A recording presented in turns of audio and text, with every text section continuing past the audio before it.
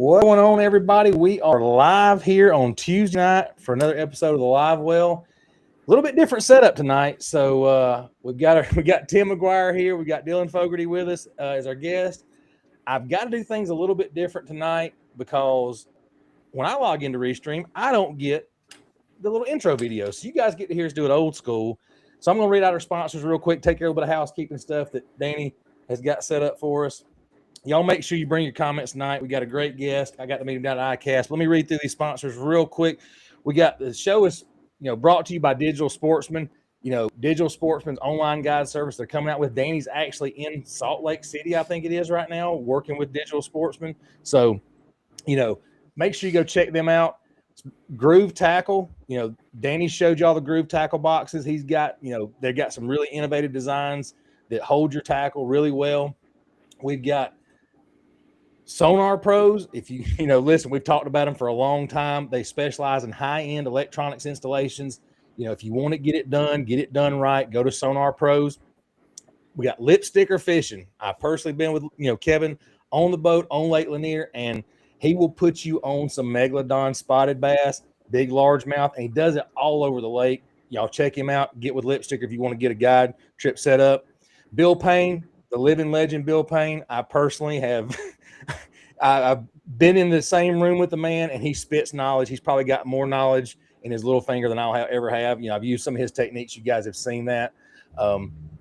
We've got Brooks Anderson. Listen, the kid is a hammer. I call him a kid. He's a man, but he is an absolute hammer on Lake Lanier. He specializes in teaching young folks how to fish, getting them on the lake, putting them on their PB spots. I think you just got somebody their PB this week, if I'm not mistaken. Absolute, you did, yeah. Absolute hammer, and just pleasure to be around. We got Money Saver Lure Retriever. Listen, we spend big money on these lures. I lost one today. Spent a bunch of money on it. Lost it because I didn't have a lure retriever on the boat. I sent down a cheap one. Guess what? Got a cheap one lost and a lure lost. So make sure you get you a Money Saver Lure Retriever. Turner Tire, Jasper, Georgia. If you need your tires, brakes, alignment, stuff like that done, get with Turner Tire. They are, family-owned business, and they support the show. Big League Charters. He's, that's Rob Orblowski. He's up there at Fort Loudon, Tellico, Watts Bar, and Chickamauga. I'm actually going with Rob this weekend. We're going to go up there to Chickamauga. My first time ever going there. I'm hoping to get some juice today so I can go up there and catch some of those big smallmouth. It'll be the first time I've ever caught a smallmouth. Fishers of Hope. Listen, I can't say enough good about Tony over there at Fishers of Hope. Super, super nice guy. Nice family. They put on benefit tournaments for people in need. Please, please, please, if you can't make it to one of their tournaments they're putting on, donate to it, support them, share out their social media stuff and get it out there because they really do a good job, and I really appreciate them. And then we got Atlanta Safe House, the leading safe, retailer in Georgia, Tennessee, Alabama, and Kentucky. They have got a huge, huge warehouse full of safes. I've got to try to get up there one day. I know Danny just did a little tour up there, but great folks, and get your safes, up there with them. And I think that's everybody. I hope I didn't miss anything. I had to write everything down because it's been a long time since we've done it that way. It's been a hot minute. I got kind of complacent with the intro video. I'm not going to lie. So when I couldn't find it, I messaged Danny. He called me. He's like, oh, it's right here. Nope. I think it's saved on his computer. So, but anyway, excuse me. We've got Dylan Fogarty here with us. I got to meet Dylan down at ICAST through Mullet. If you guys remember, we had him on the show. Super nice guy. It was the end of one of the days, but like I said, super nice guy. He said, hey, I'd love to come on the show one day. And I'll be honest with you, I kind of didn't forget. I saw him on another podcast. I'm like, we got to get him on the show. And then I got tasked with, doing tonight. I'm like, I got the perfect guest. So, and it works out really good because you fished a Georgia lake in the wintertime. Did really well, and guess what? We're in the wintertime and we're in Georgia, so you can at least give us some knowledge about that. We got a comment right here at War Eagle the Best. Where can I see the tournament results for Toys for Tots? If you go to Big Shanty Bassmasters on their Facebook page, they released all the results for that. They've got a whole like a Excel spreadsheet, whatever it is. They released all those results there. So yeah, it's all there. Yep, and make sure you give those guys a follow. Like the Toys for Tots thing is a huge deal.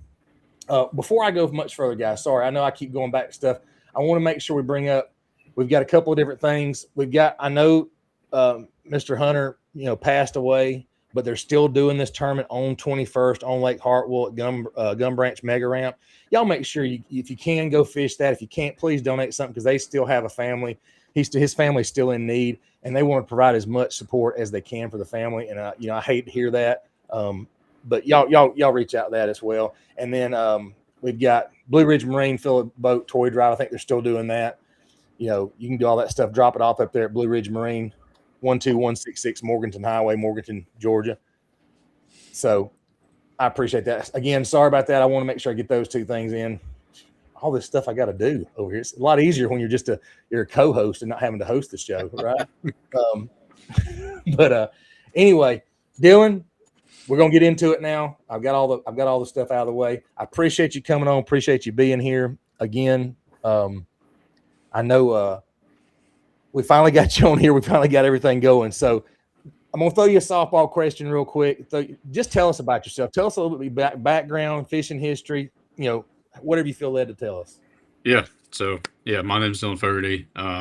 23 years old. So, in that scope era of those anglers, I live in South Central Pennsylvania.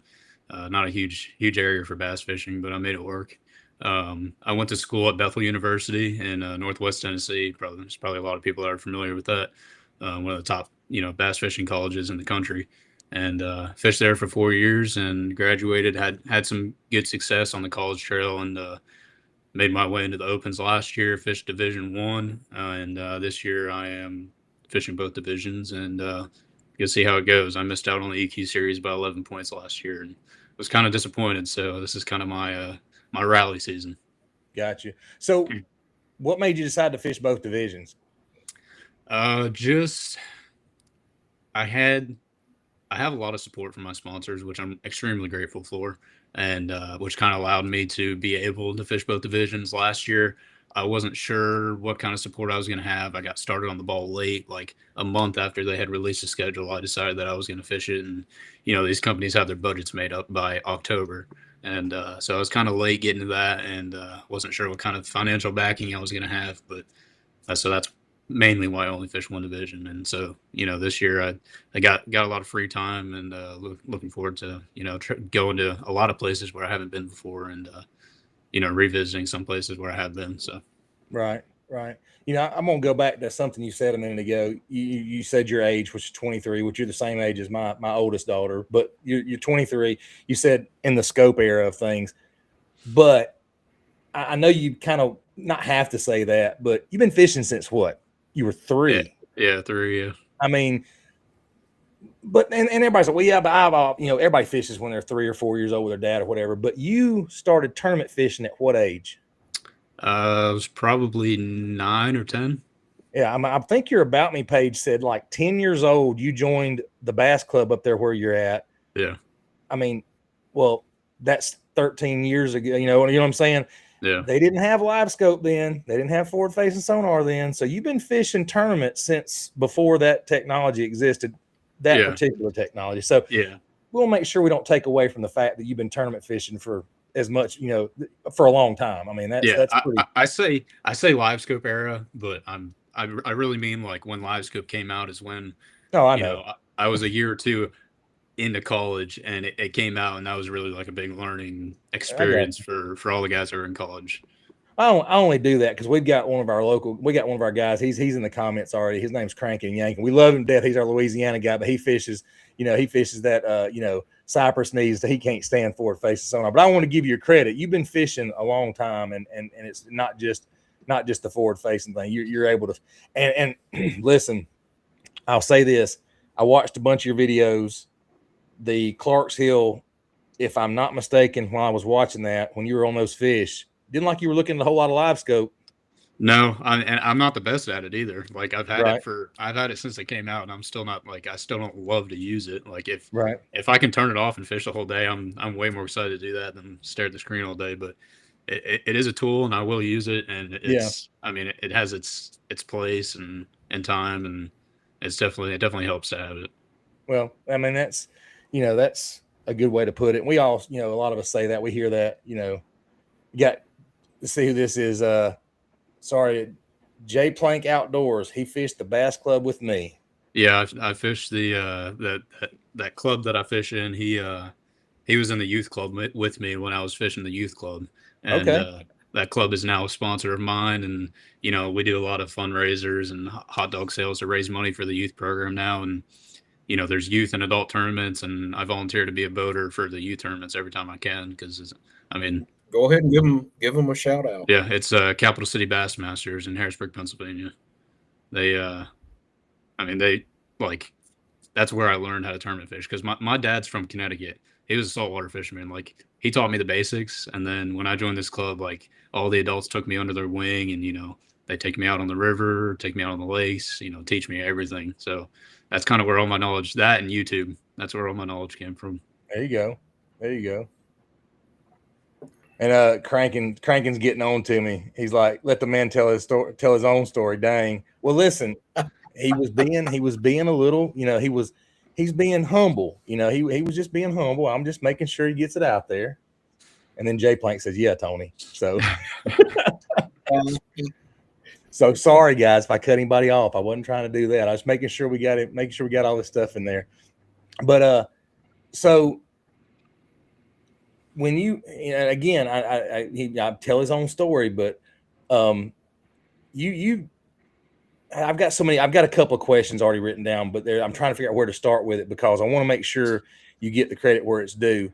So my first question, you went to college, you fished high school, you fished, in college, but in high school, tell us about your high school experience fishing in high school. Yeah. So, I actually started we called it a club because it wasn't allowed to be recognized as a sport. I started the fishing club at my school when I was a freshman, just because I wanted to do high school tournaments. I didn't want to just do these club tournaments, although they were fun. Like, I wanted to, get more competitive. And, so I started the club there, that allowed me to fish some local high school tournaments, like head-to-head style, tournaments here that PA Bass Nation put on. Obviously the PA Bass Nation high school tournaments. And then, my senior year, my partner and I actually went out to the Mississippi River in Wisconsin and fished the world finals out there. Finished like 63rd out of 300 boats they have there. So it was really eye-opening. And then throughout my high school career, just because of all the conservation stuff and stuff I did with my volunteering and my tournament finishes and everything, I was recognized as a Bassmaster High School All-American 2 years in a row, my junior and senior year of high school. So that was a really cool experience. Got to go down to Texas and fish with an Elite Series pro, and that's what really got me recognized by a bunch of colleges. I think I got 4 or 5 scholarship offers from colleges, and Bethel University actually didn't even reach out. I reached out to them because from when I got into high school, that's I wanted to go to Bethel University. So I reached out to them, and Coach Gary Mason offered me a scholarship and went on from there. So maybe you mentioned, I just misheard, but you started the high school. You got the high school team started, right? Yeah. Yep. Exactly. And so my follow-up question, and you said you always wanted to go to Bethel, and that was one of my questions. Why Bethel? Why particularly that college? Yeah. I mean, growing up, for me through middle school and high school, you just kept hearing all these big names like John Garrett, Cody Huff, Tristan McCormick, which I'm really good buddies with Tristan now, and he just made the Elite Series. Super proud of him for that. Yeah, well, good deal, man. I mean, that's that was like I said, you hear big names coming out of all these different schools, but you've got, here recently you get the Montevallos and the Emmanuels and stuff like that you hear so much more about. You still you obviously hear about Bethel too, but that was kind of one of my ones where, so you had a few people that you saw come out of there that you're like, what, I'll look up those guys. And that answered my question really well. Yeah, Kendra, they're busting me up pretty good over here. That's okay. Yes, Crank, and he was 16 when Live Scope came out. That's very good math. And then Fisher Die Bait Co. PA stud right there, boys. Yep, got him down there at ICAST too. He's one of your is he one of your sponsors? He is one of my sponsors. Yep. Yeah, I've been with him for maybe 4 years now. There you go. His company is almost brand new. He started in 2021, I think, and right. So he's already got his stuff in Tackle Warehouse, and he's doing really good. That's awesome. Yeah. He's got some good baits. I've got a few of them. He's got some good baits for sure. And then Kendra said, sorry guys, everything keeps jumping over here. Wish I had high school fishing teams when I was young. I would have loved it. Yeah, I think there's a lot of us out there that if we could have fished in high school, we probably wouldn't be where we're at. We may be broke. I don't know where we'd be at. More broke than we are. And then War Eagle the Best has a question here. What makes some pros the best in live scope games? Speed, they cover water, bait, retrieve, eliminate trash fish from looking at the screen, etc. That's a pretty good question because that's one of the questions I have, when it comes to forward facing. Yeah. I mean, the biggest thing is experience. I know I said I've had it since it came out, and I'm still not the best. That's what separates the pros from, like me who wants to be a pro. But like experience, like not even just during tournaments, like going out and just solely focusing on that. That's really big. Eliminating trash fish. That's something that I've gotten a lot better. Like I can recognize what's a drum from a catfish from a bass now. Or even a white bass. I mean, sometimes, you can mix them up. They're easy to mix up, but speed, they cover the water. I mean, if you get around an area where they should be, it's not really a thing of covering water with live scope, more or less getting in an area where they will be, or you think they should be, and just picking it apart with live scope. So how would you break down, and you don't have to go specific or anything like that, but how would you break down and say, okay, I'm going to find, what's the way you're finding that spot to be able to begin to pick it apart like that? What are you doing to get to that point? Yeah. So, I mean, I would, if I'm like, say I'm going to fish like a cove, like I'm coming into a cove and I know the Damiki bite's on fire. I'm going to start out from the cove, maybe 100 yards, and just work my way in.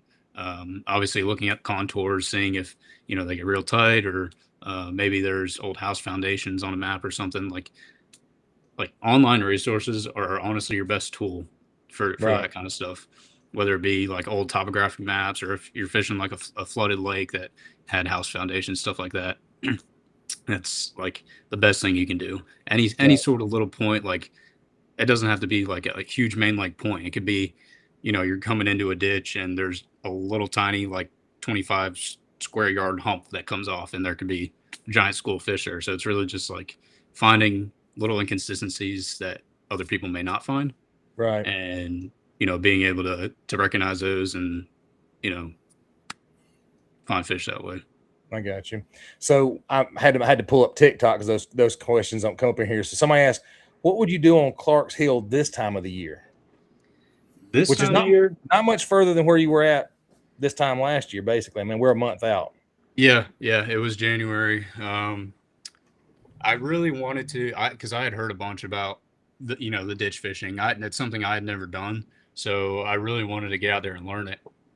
And the one thing that I didn't realize that I wish I knew, and I probably could have done a little better in the tournament if I knew this, was that those fish, even on live scope, will not show themselves. They're so tight to the bottom, and you really just have to get in a ditch where you think they are, throw a bait down there, and you see fish coming off the bottom, then they're there. Yep. And they're active, they're feeding, they're wanting to eat, and I think that was a big key for those guys that placed really high, was finding the fish that wanted to eat, even though they couldn't see them. They were just running as many ditches as they could, throwing a Damiki bait or Nico rig or whatever it may be down there, and waiting to see those fish come up off the bottom. Right. So, I mean, that's what I would do looking back at it now. But what I did do was I got just inside some longer creek arms just off the main lake, and I found the steepest bank I could and just started slowly dragging a jig, because those fish will use those steep banks and hard channel bends leading back up into spawning pockets as a highway, really. And it's just it's a good spot to find a concentration of fish. And obviously targeting largemouth, doing that, the guys were targeting largemouth scoping ditches, but fishing shallow like that, I was really dragging my jig into like 35 foot of water, but fishing shallow like that is a really good way to get a big bite. Right. So that spot you were sitting on, you said it was 35 foot deep right there? I was catching them between 30 and 40 foot. That's awesome. Yeah. I didn't quite realize that they were that deep. That's I was only 20 yards off the bank, but yeah, you were And that's why I say, I don't think Clark's Hill sets up like, where I fish, but at the same time, we've got bluff walls, but they drop off into 100 foot of water where I'm at. It's the only bad part. But yeah, you can get back in some of the creek arms and you're still, like you said, you're still sitting in, 20, you're not even 20 yards. You can be 5 foot off of it and be, 30, 40 foot deep. So it makes a lot of sense. I mean, and the bluff walls, man, you can't forget those bluff walls this time of the year. I saw some guys hitting, and in fact, I hit one today.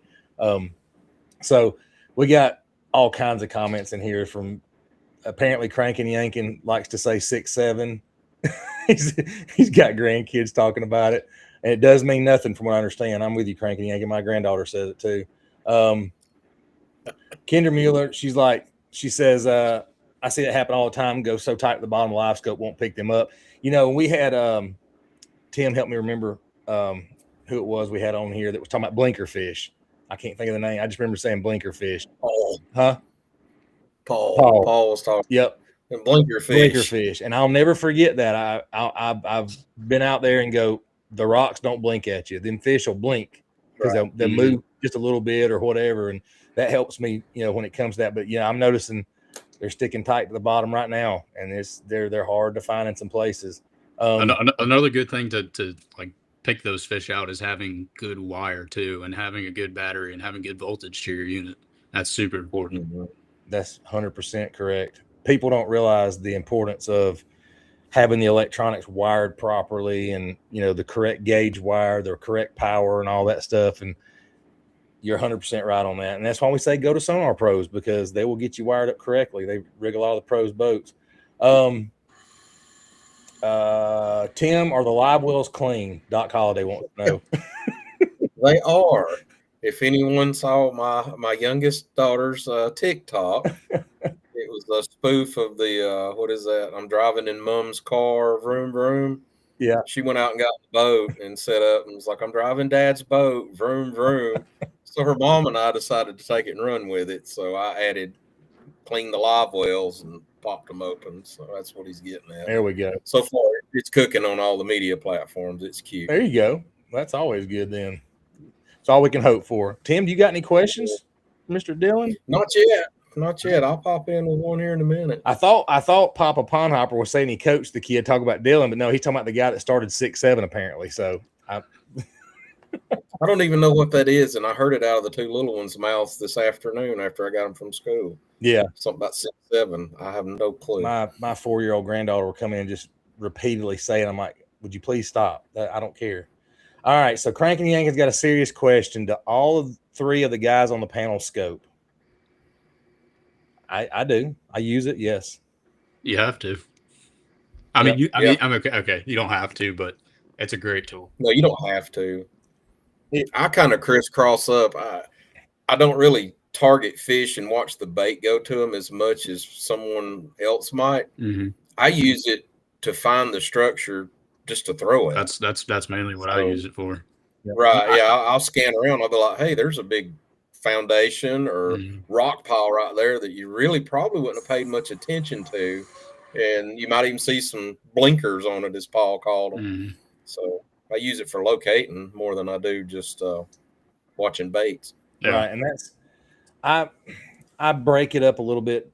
I do a little bit of everything with it just because I was trying to learn the minnow game over the last year or so, but I use it more to find stuff like, I want to see the drop off. I want to see the brush pile, or I want to see if there's fish on the brush pile, something like that. But to answer your question, to make you maybe a little bit happier, my partner and I placed 3rd at the Toys for Tots, and there's a guy on TikTok asked if I'm going to break it down. So I'll go ahead and say it in front of everybody here. The gentleman that I fish with asked me not to divulge locations or baits. Even the guys in the bite club don't know how we caught them. Have no clue. Yeah, they don't know how I caught them or how we caught them, because I will say that we caught all my fish by lunchtime. But we did not use forward facing in the sense that everybody uses it now. We had it on, we used it, but we were not minnowing any fish. I can tell you that right now. And it was one of the most, the guy's 61 years old, and I've honestly never fished with a guy that fished that efficient and cool, calm, and collective the entire tournament. So I'll leave it at that. That's my, we didn't come here to talk about what we did, but yeah, so I do use it. We do use it, but it is what it is. All right, so we got a good question here, Dylan. What's your advice to young anglers and their parents wanting to get into tournaments? That's from Miles McKenna, 3765. Yeah, he's a good buddy of mine. He's actually in the club as well. Okay. I think the biggest thing nowadays is definitely social media. Just not only to get your name out there, but to be able to learn how to market yourself before you market your sponsors. And like obviously TikTok's a huge thing now. YouTube has been big for the fishing community, and it's still growing. Instagram, and that's something where I feel like I kind of lacked going up through high school and college. Like I did it more than other people would, but I feel like I should have done it more to better prepare myself for the future, wanting to be a professional angler. But that social media is definitely one of the best ways I think you can prepare yourself for something like that. Like I said, getting your name out there to potential future sponsors. And then obviously just like experience going to different lakes, going to different parts of the country and fishing. And that's something that I didn't really do up until my senior year when I went to Wisconsin for the World Finals. Like I had never fished outside of like Delmarva, like Pennsylvania, Maryland, New York, Massachusetts. Like that's all where I fished. Like I didn't go anywhere else until I went to college. So what you say that because I'm kind of like that. I mean, I fished Georgia and Alabama, and that's been my most of my experience. And so what was your biggest learning point from going and fishing other lakes? Like, I know that's kind of a vague, general kind of whatever question, but what would you say has been the biggest eye opener experience of going and fishing different parts of the country like that?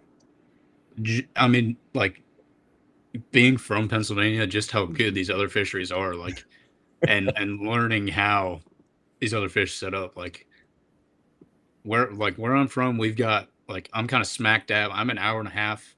The closest lake where you can run an outboard motor is an hour and a half from me. And then I'm an hour and a half from the Chesapeake Bay as well. So I'm kind of smack in the middle there. So it's a rough day trip to do something like that.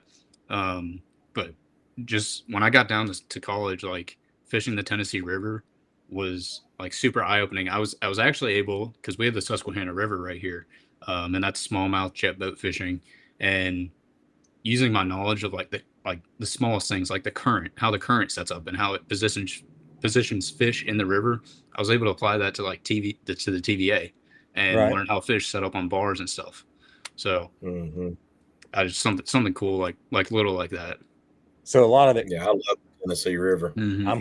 I'm hoping to get some good fish this weekend. That'll be something. So I mean that's pretty cool. I mean that's one thing I think that I had struggled with was realizing that a lot of stuff carries over, correlates, however you want to say it. A lot of stuff carries over, and then there can be some stuff that's completely different. Like you get on a grass lake or something like that, it may do something totally different, even though it's a river system or whatnot. So I mean that's pretty good. Next question we got here is from Papa Pond Hopper. If there's ice on parts of the pond, is it worth fishing, or are the fish kind of shut down? If you can get to where the fish are, they're biting. They got to eat. I know the 1 year before I got with my partner that I fished with in college, he fished one of the Bassmaster National Championships by himself on Grand Lake in Oklahoma, and like 3/4 of the lake was frozen, and he was catching them throwing a shaky head on rock piles. Like they still got to eat whether the water temperature's 30 degrees or not. I think we get wrapped up around a lot of that temperature, water temperature and stuff, to my fish be lethargic or what. I've seen fish go crazy.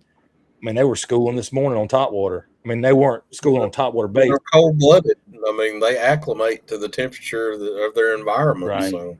Right. And then Kendra, she wants to know where you're from again, Dylan. South Central Pennsylvania, actually just outside of Harrisburg.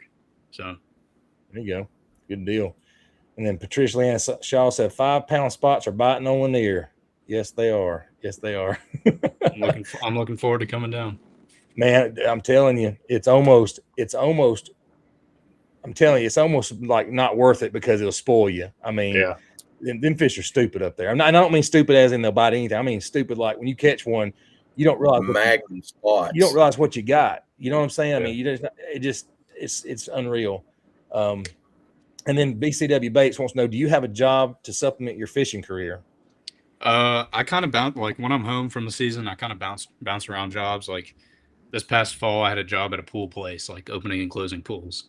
So that's what I did up until a couple of weeks ago, and now I'm sitting in my garage getting tackle organized and getting ready for the next season. Because a lot of people don't realize, like, when you do this and you got sponsors, 50% of the work is on your computer.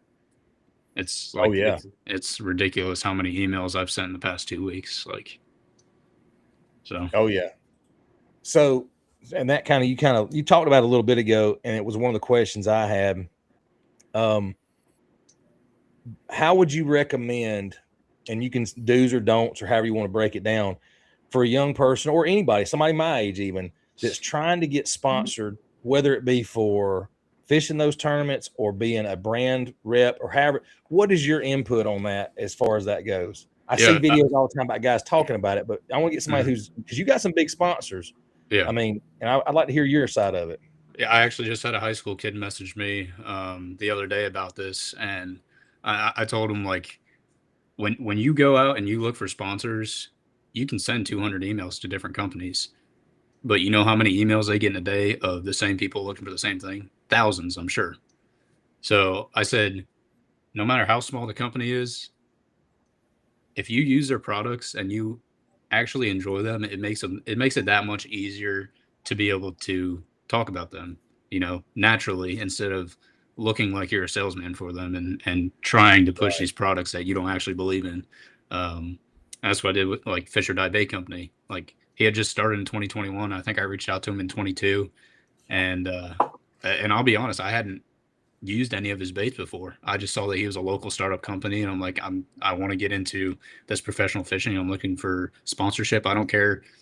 I think the first 2 years it was strictly just like 50% off. It was like a pro staff thing, and I used his baits and I fell in love with them, and now we're here and he's sponsoring me on the opens. So I mean, it's just something simple as that, and like, don't expect to get $5,000 from a sponsor the first year you start doing it. Like, it really is baby steps. Yeah, 100%. I mean, and I've heard pros say, don't devalue yourself by taking the free bait deals and all that stuff. But at the same time, you walk into somewhere and they don't know who you are. It's kind of hard to get that. Like you said, you don't get that $5,000 check. They're not just out there handing out money like that. So that's a good point. Use their products. That's another, if you can use it, make some content and tag them and all that good stuff too. Here's a good question. That goes back to like my youth anglers wanting to get into it. Like, start tagging companies that you use in your social media posts. Like, it doesn't hurt. It can only help. And like, it just doesn't hurt at all. They look at that. Just like, believe it or not, they have things that track stuff like that, and they sure do. They know that. And our friend Andrew Blair put out a video today talking about what makes it quality content, why they want to share your content more. Not using profanity and not, smoking, whatever, do whatever, make it quality content that they can repost easily without making a mark on their brand. And that's another way. I mean, because the more you do for them, they like you said, they see that stuff, they track it all. Yeah. And like, they look at that, like, social media and stuff way more than if you finish first in this tournament or dead last in this tournament. They could care less about that. It's like, it's your following on social media. Do you have a lot of followers, and can you push whatever these products are to, your following? That's they care way more about that. Right. I mean, and so that just goes to prove, you're saying that you're young, you're also fishing professionally, and you're saying social media is a thing that you need to be focused on if you're doing it. Basically, you can't just let it go by the wayside. I mean, we see some of the pros like, I'm just getting into it, or I really don't do that well at it, and you'll see them go for a little bit and then kind of stop. And I'm like, but they're already there in that position, I guess. Yeah. Michael Bradley 25 has a great question. For a recreational angler, do you think side scan will be more beneficial than forward facing sonar? That is a good question. I think side scan would probably be more beneficial. You can apply side scan to a lot more techniques, I think, than you could with forward facing. And side scan is such a big tool. It's definitely something you want to learn. You don't want to just pass that up and just go straight to scoping. Because I mean that's all I used before scope came out was side scan, and it helps you learn really how fish set up. And usually, if you have side scan, you got down scan too. Right. It really helps you learn how those fish set up and how, like on certain structures and stuff, whether it be a ledge or a bar or like a patch of grass or something. And so I think it's a way bigger tool than forward facing sonar would be if you had to pick between one or the other. I know I can, Tim, and you can please chime in on this. I figured out, because I bought my boat. I went and put new graphs on it and put, forward face sonar on it. First time I'd ever used it. And of course I went into that whole, like we all do. You start staring at the scope and you're doing that. So I did that for who knows how long, it seemed like forever. And then I started watching more of the, like the Johnny Schultz Fish the Moment, stuff like that. And I realized I'm spending a lot of time on that front deck, wearing my knees out, looking around with front forward facing, when I can sit behind the wheel of that dang boat and I can scan an area in a minute or two versus half a day, it feels like. So I'm not the best at side scan, but like this morning I put in a boat ramp. It's known to have fish on the end of it. Everybody always leaves it, but I side scan and down scan when I left this morning. School of fish sitting on the side. I was like, there they are. Even though I left them alone, I'm like, well, I saw them. There they were. But yeah, you can pull in and sit down somewhere and start watching that side scan. And once you learn what the fish look like, if they're off the bottom, and you see the little tic tacs or whatever, and you can scan a whole area a whole lot faster, then turn around and upgrade to something else to pinpoint them, to get a better look and eliminate a lot of wasted time, I think. Oh, 100%. I mean, I've got probably 200 waypoints in one little area because I'll go through and scan and mark the fish as I drive through them. And then all my graphs are networked. So I'll get up on the front deck, spin it around. And I'm like, there they are right there. There's my, I'm pointing right towards them. I will say, and Dylan, maybe you can, chime in on this, Tim, you as well. Cause I'm still getting up there, but I've only got 9-inch screens. I will say, if you can upgrade to the bigger screens for your side scan, it makes it a heck of a lot easier. Yeah. Yeah. You can see a lot better. Yeah. I grew up fishing with I don't even know what it was, like a Helix 7 or something on my dad's old boat. And so once I got my boat, it came with like an 1199 and a 989 maybe on the front, the old Hummingbirds. And just like 2 or 3 years ago, I got two 12-inch Helixes on my console, and I got a 10-inch Helix up front and a 10-inch scope screen, which I really want to get a 12-inch for before the season starts, because my buddy Miles, he's got a 12-inch, and every time I get in his boat, it's like a world of difference. And I see guys complaining the 12 inches too small. They want a 16. And then now NBT and whatever the other guy on TikTok I've seen him, they've got the dang 16, 19, 21s. They've got all those screens up there now. I mean, I guess, I'm right. I'm still working off a 9-inch screen on the front too. And but man, prices are crazy. Yeah, it's a big jump from a 9 to a 12 and then to a 16. It's a leap. I was looking at the 16 and I was like, the only way I'm getting this is if I get a Garmin code or something, because I'm not.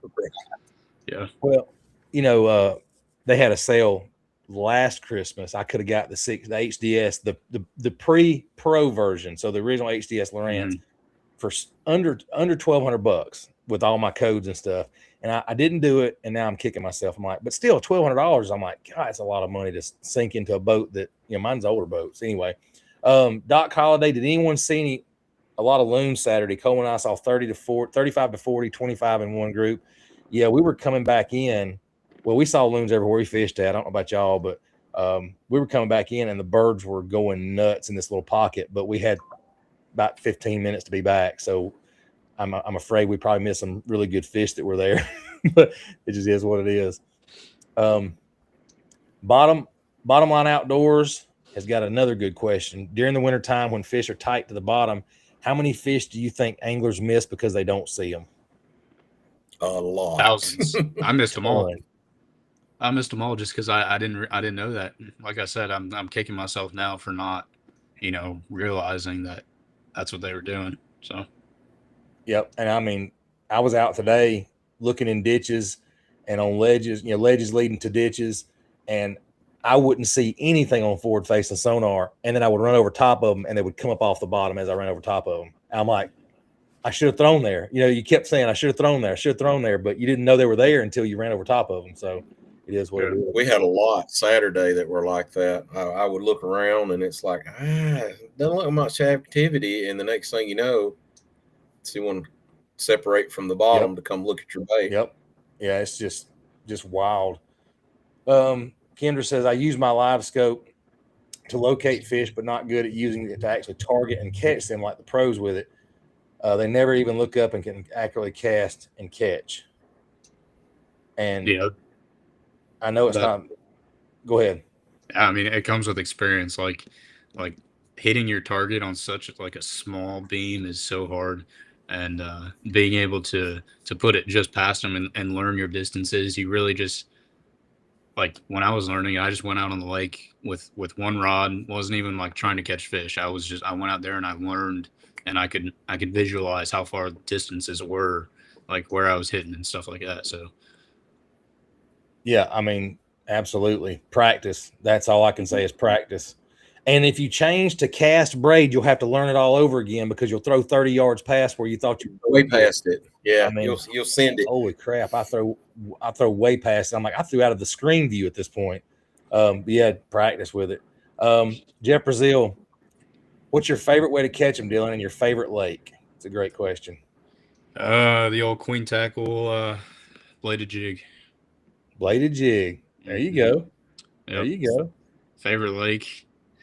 Even though we won on Chickamauga, it's got to be Gunnersville. Really? Mm-hmm. You like Gville, huh? I do. I got a buddy that lives up there in Grant.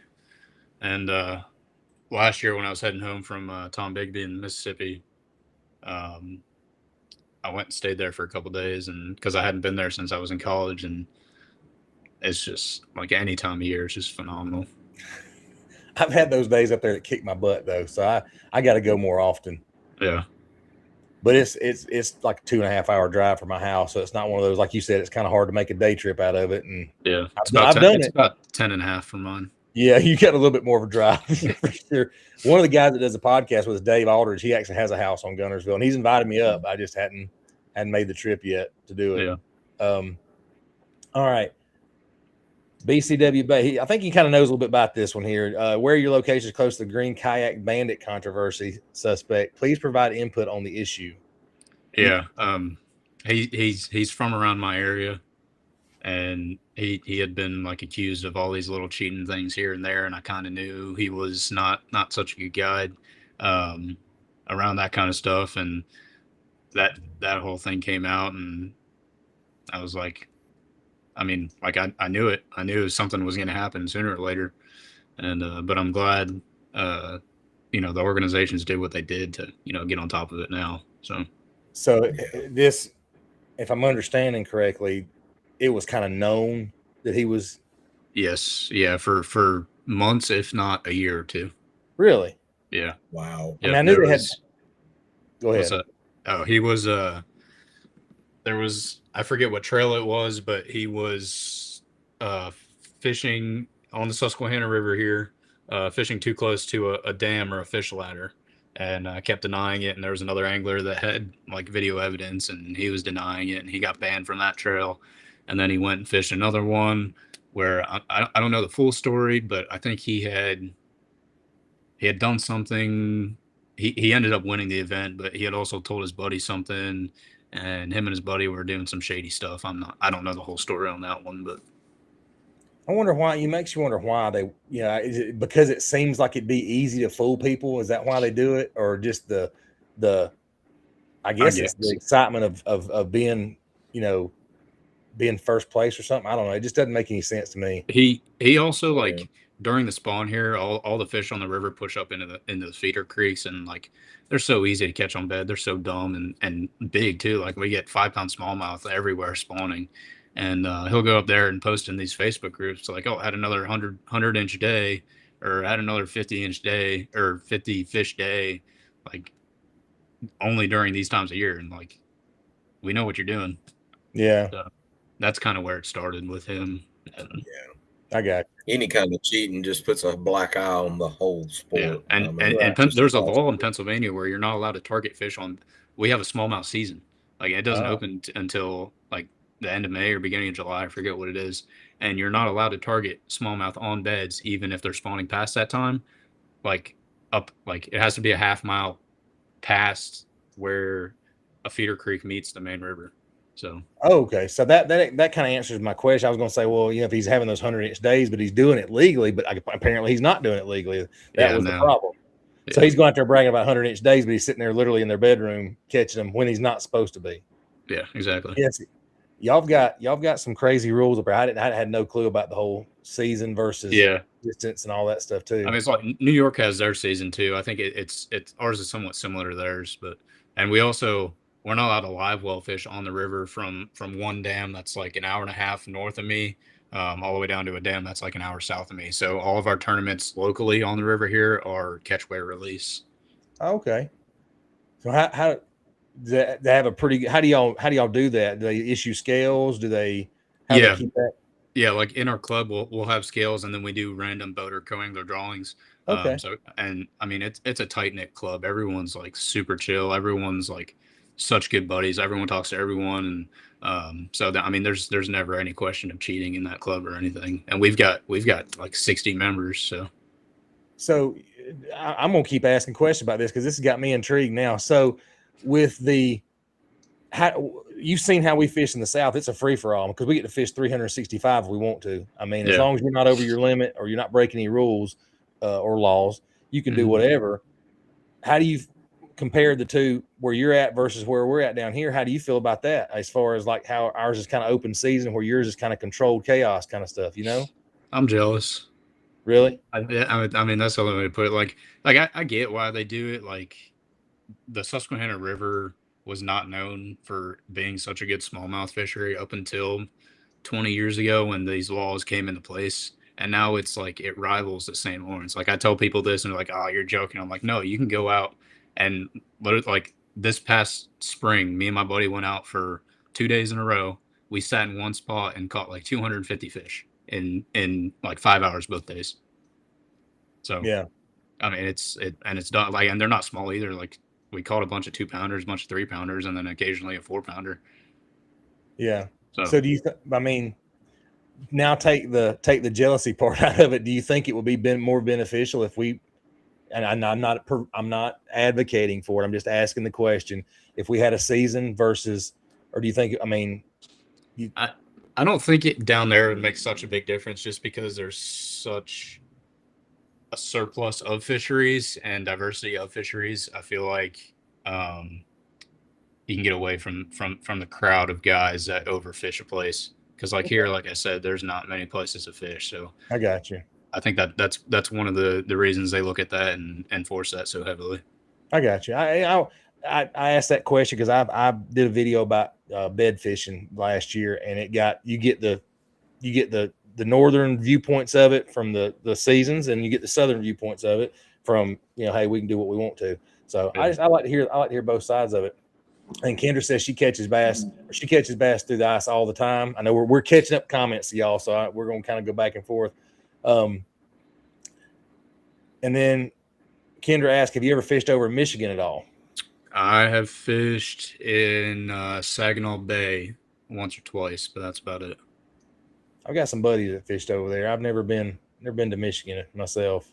Saginaw Bay is ridiculous. Yeah. It's so fun. Really? Yeah, the largemouth there, I've never seen a lure before, so you can go out and catch 100 fish a day. Really? All on like anything you want, really, all around the reeds and stuff. Like you go flipping and catch 100 fish. You go frog, catch 100 fish. You could put a leaf on a hook and catch 100 fish. It's yeah. There you go. And Kendra was, like I said, we're catching up with questions. She said it's hard to keep up with social media when you fish and run a business. It's hard to balance it all. And I imagine with you, Dylan, trying to fish tournaments, do social media. Like I said, I was watching your videos today, and it's like remembering to do an intro and an outro, like stuff that I forget to do. I'm like, crap, I got all this fish catching, but I didn't do anything to make the video worth a crap, Yeah. Yeah. During the season, 50% of it is fishing and 50% of it is social media. So Right. Now, do you have a videographer that follows you around? I did for St. Lawrence, and I'm not sure if we're gonna have one for this year or not. I got to talk to my buddy because most likely what we're gonna do is have one between the two of us with the guy I'm traveling with, and switch off here and there. So I got you. I would like to. Makes things a lot easier than me remembering to push a button on the camera or so. Dude, yeah, I'm telling you, I got cameras. It's hard to keep track of all that stuff. Yeah. I run the cameras on my boat and I just start recording from when I launch and I don't turn them off till I stop. The problem is when I get back to the house and I've got 1 terabyte of footage on a 360 camera I got to go through. I'm like, that's hours. Yeah. Hours. Yeah, I run mine on loops. I just have to remember within a 5-minute period to trip them. That's my problem. Is I'm afraid I won't. And sometimes you forget. I do that. I run mine on loop too, and I always forget. Like I fished a BFL up in Oneida just because I hadn't fished a tournament in a while. And I got bored, and I've never been to Oneida before. And I went up there and I caught like 40 fish that day, and I think I got 2 fish catches on camera because I forgot to turn my GoPro on and off. And yep. Or you trap it. Yeah. And you forget to start recording again, and something really cool happens, and then you go back there and realize nothing. Or I accidentally touched the screen and put it in time lapse or something. Yeah. Time lapse, or you hear it beep when it times out after it's just set not recording for a few minutes. Well, that's like on the tournament Saturday. We're going from spot to spot. I would turn the camera off, because we're driving. There's no sense in recording in 5-10 minutes of driving. So I turned the camera off. Well, we'd already started back fishing when he caught his largemouth, the big one. And I was like, I looked at him, I said, boop. And so I got it in the net part of it, but I didn't get any of the fight. None of it was. So I was like, hey, I don't have any of that on footage, but I at least got him in the net. So that's a good thing. War Eagle, the best. Easton Fothergill used Nico primarily in the opens. What is your dominant bait you throw the most during the opens? Probably a bladed jig. Bladed jig. Yeah, I'm good buddies with Easton too. He was a high school All-American with me, so I met him probably five or 6 years ago now, and I've been good buddies with him ever since. Yeah, I heard him. He was on the live the day 2 at Clark. No, was it live? He was on. I heard him talking Was it on the live? Yeah, on day 2. Yeah. Yeah, and he was talking about you guys, and he actually said some very nice things. He's like you're the one that people worried about. He knew who you were. He worried about you. So that's pretty cool to hear that. And I think this might be somebody related to you, Tom Fogarty. Yeah, that's my dad. Dad is still fishing with a 7-inch screen. LOL. Yeah. Hey, he's got a jet boat for the river here, so yeah. He wants to get a live scope so bad. Like I showed him really how to scope like a couple months ago, and now that's all he wants on his boat. Hey, get it. I mean, might as well. I mean, listen. All the guys that I know that have gotten it have used it and figured out how to do it. Like the older guys, like the guy that I fished with, he's had it for a little while now, but I remember him getting it. It was just get it, do it, because up until this last year, he was fishing out of a 94 Ranger. He just got that bullet or the Blazer that he's got. So, all right. Silver Punk. Any tips for spotting bass on the bottom on forward facing sonar? Every time I think I see one, it ends up being a stick. Yeah. Or a rock. I think it's all of us, man. That blinker thing, like you were talking about, like obviously a rock's not going to pop in and out of your sonar. And, like I said, having a heavier gauge wire leading up to your forward facing and having good steady battery voltage all day, running a dedicated battery really helps. Yeah. Which I say that I don't even run a dedicated battery. I run it off my cranking battery right now. Really? So, yeah.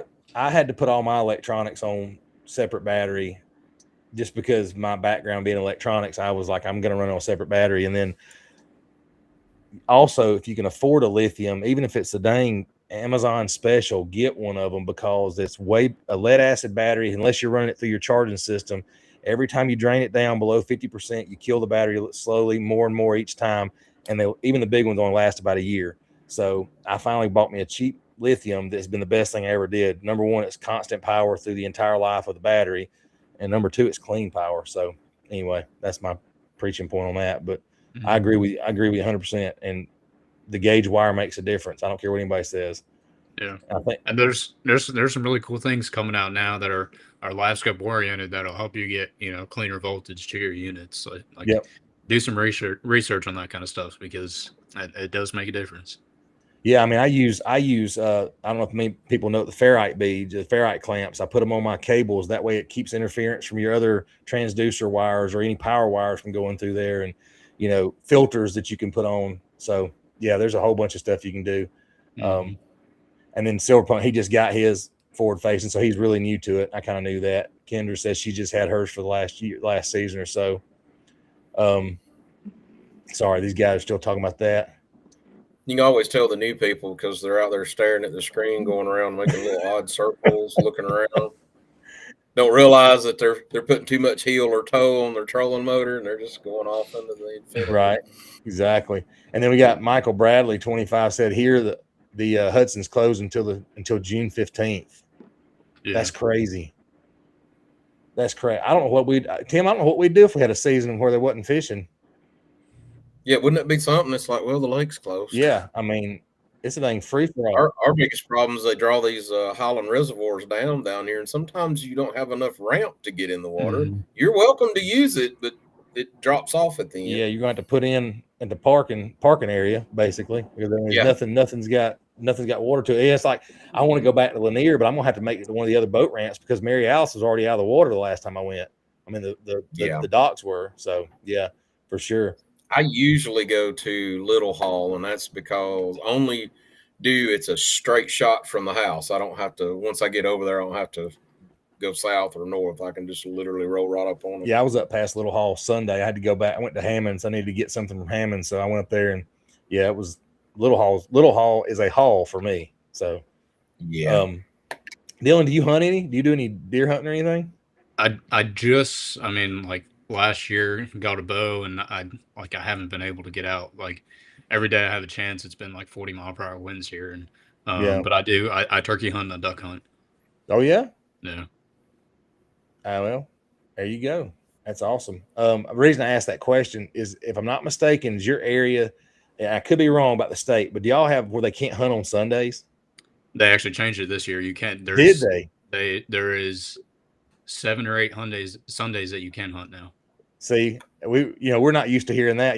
Down here you couldn't buy alcohol on Sundays, but you could hunt all day. You could hunt every day you wanted to. And I remember hearing. Yeah, I was going to say down here in the Bible Belt, you couldn't go buy alcohol on Sundays. Yeah, but you could up there. You can't hunt on Sundays. Sundays. They can't. They couldn't hunt on Sundays up there. So yeah, wow. I think we're like, I don't know any other states that had that.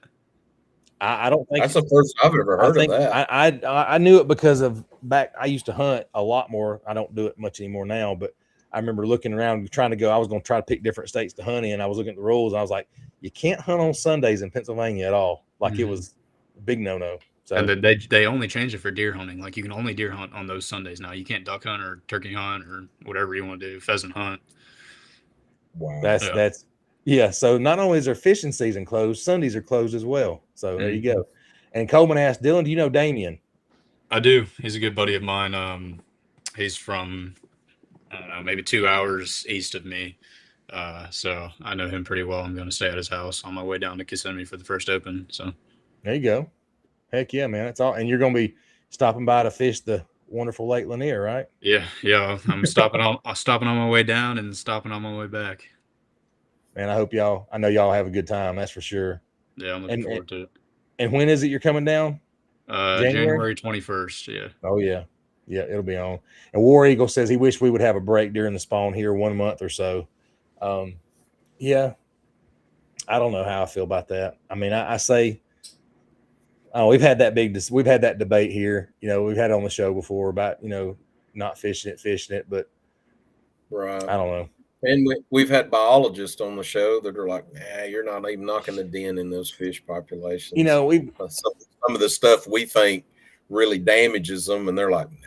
Yeah. I'm gonna leave that up for a different show because we always get into that stuff, and that's a whole nother argument. Man, it's just so there's so much like we need to take more fish, but you're hurting the fish when you boat flip it, or it's like, well, what are we doing then? I mean, what are we doing? You can't make everybody happy. We can't make everybody happy. Let's see, we got some more conversations here. Cranking and yanking and Kendra going back and forth, different stuff. David. I'm sorry, I'm trying to scroll through some questions here. Well, we're at the bottom. Oh, Kendra Mule, do you have a retriever dog? I do not. I've got a German Shepherd mix, and we just got a puppy. She's my mom and my brother's dog. I think it's a Shih Tzu and a Poodle mix. She's like super tiny. Like she's not supposed to get over 10 pounds. So wow.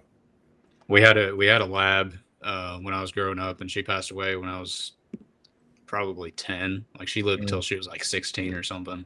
And so I would like to get another lab, but I don't think my mom and dad would appreciate 3 dogs in the house. So yeah, well, sometimes that three is too many in my opinion, and I've got 3, so that's why I say that.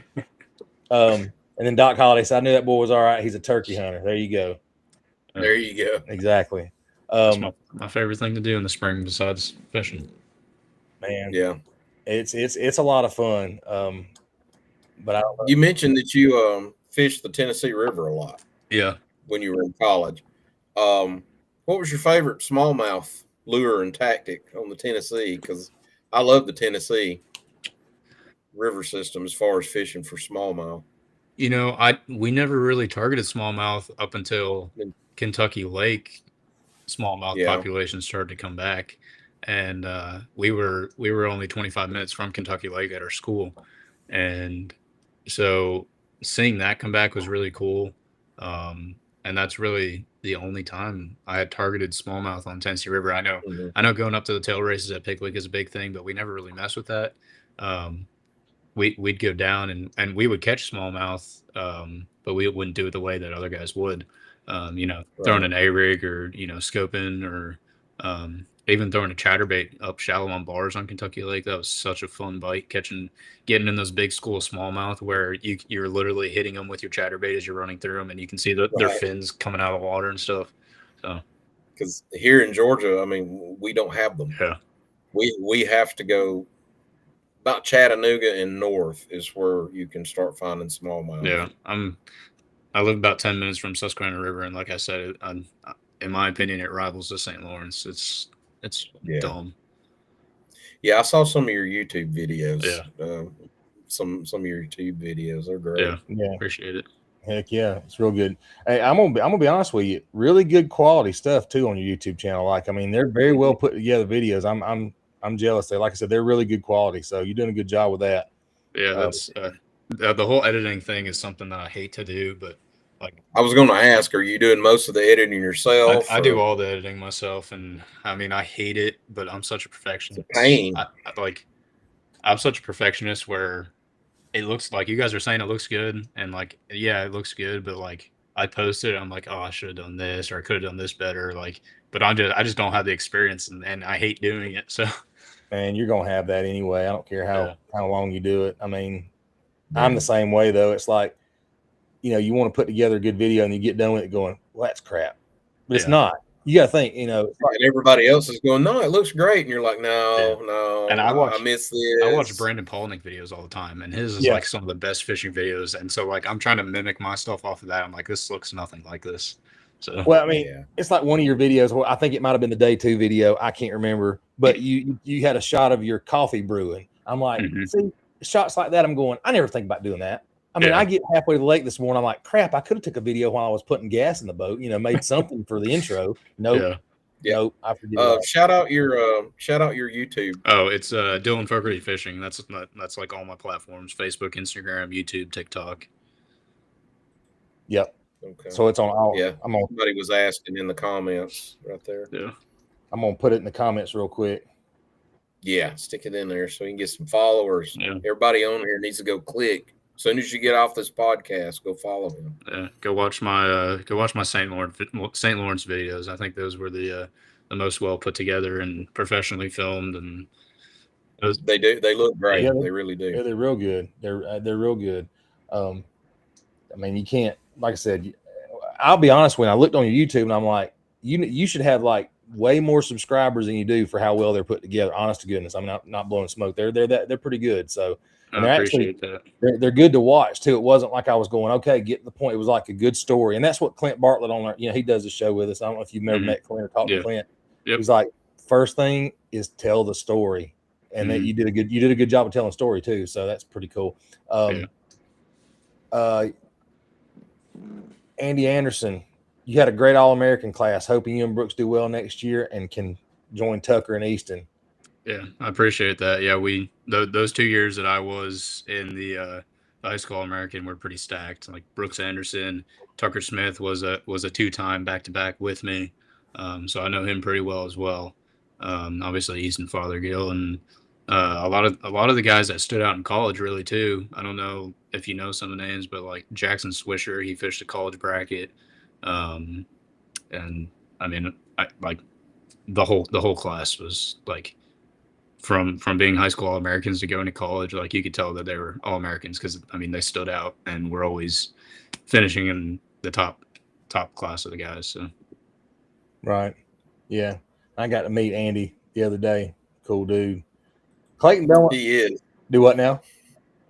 Andy's cool. He had my Chick-fil-A sandwich, and he went above and beyond for Danny this time. That's awesome. That's awesome. Yeah, I saw him. It was towards the end of weigh-in. He introduced himself, and of course, he's always on the show and stuff like that too. So that's pretty cool. Clayton Belmont, who do you look up to or admire? That's one of the questions I had written down here. Ooh, I get asked this question all the time. Like not all the time, but like if I go on a podcast or something, I get asked this question, and I still really don't know how to answer it.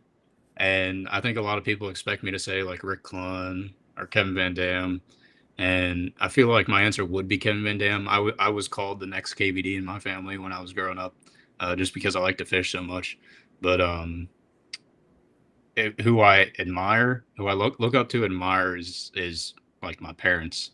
Like I know it's such a cliche thing to say, but it really is. Like they got me into this sport and they supported me all the way. Like even up until now. Like last year, I didn't have enough money from sponsors to pay for the Open's entry fees, and my dad paid them for me. And he said, "You don't have to pay me back. Like, this is your dream. I want to see you succeed." And so that was pretty cool. And just like him teaching me the basics of fishing and getting me into this whole thing was something really cool. And like I said, I know it's a cliche thing to say, to say, I look up and admire my parents, but that's really like they're the skeleton to this whole fishing operation. So. Well, your family support, man. Yeah. That's the basic. You need that. Mm-hmm. You need your I was going to say, man, cliche or not, whatever somebody says, I mean, that's it. That makes a huge difference. It does. That makes a huge difference. Yeah, I don't know if you saw the clip of the second day I threw in there on my YouTube video. I was talking about how I wasn't like, I didn't think I had what it took to fish the Opens. And because I was talking to my dad about it, I was like, I want to go to the next level, but I don't think I'm quite there yet. And he was like, I'll pay your entry fees. I believe in you. I think you do have what it takes. You're gonna go fishing. So yeah, I saw that clip, and that's why I wrote the question down. Was because I kind of sort of figured that was going to be your answer. Would be your mom and dad. Your dad. I mean, listen, growing up, how many times we heard, you're gonna have to get a real job. You know what I'm saying? I mean, I know I heard it growing up. Tim, I'm sure you heard it. I mean, and I'm not saying fishing's not a real job. Don't take it that way, guys. If anybody in the comments, what I'm saying is, it's huge once you have children to be able to let them chase their dreams. I mean, that's awesome that your dad did that and was able to help you do that. I think we all, as parents, that's what we strive for. Strive to do that. So I don't think it's a cliche answer at all. I think it's a great answer. I had mom and dad on my jersey because they were my biggest sponsor. I was just looking at my pictures that I had, and I must have cropped that part out because I saw that and I was like, crap, I cropped that part out. But I thought it was your jersey. I was like, it has his mom and dad's name on the front saying, their names or whatever. And that's cool, man. That's awesome. I mean, what else do you say about it? I mean, that's just one of those things, like, it makes a big difference in somebody's life when they can do that. I mean, and dude, I think with that support alone, you'll probably be, you're going to be a pro one day, and then that's just even better. I think it's awesome. Absolutely. War Eagle the best. What trailers for bladed jig do you use? Why would you use bladed jig at Lanier for spots? I use it's a local company. It's called a Mimic Baits. I don't think he has a name for it quite yet, but it's like a jointed style, like a Yamamoto Seiko. Kind of looks like that. Okay. But that's what I use mainly. I did start throwing like a straight tail on the back, like I don't know, like we just came out with a Fisher Dye Shiv. It was a collab bait that I helped work on. And it's like a straight tail minnow bait, and those straight tail baits have a lot more action than you think they would behind a vibrating jig. So that's something I started to throw a lot. When I use a bladed jig at Lanier for spots, I don't know if I would use it for spots. You guys have largemouth too, though, right? Oh yeah. That's when I would. I mean, when they get up shallow, I definitely throw that around for the largemouth. I don't know, and I mean, you would catch spots on it. I'm sure you could throw it out in the middle of the lake where you're finding some schooling spots and catch them on it, but it wouldn't be my first bait of choice. Yeah, I mean, I think it would depend on how you were targeting those spots for sure. I mean, I know where I fish at, you catch them shallow with the bladed jig. It's the same as you're going to catch the largemouth because the spots are running there with the largemouth a lot. So yeah, I think you could on Lanier for sure, but it might not be my first choice either on Lanier for sure. Michael Bradley, 25. Do you have any relationship with SFT or Dark Horse Tackle? They're both in your neck of the woods. I do not. No, I've been to SFT. They're about an hour south of me. I've been there a couple times, once or twice, but no, not affiliated with either of them. Dark Horse Tackle, I don't think I've ever heard of them before.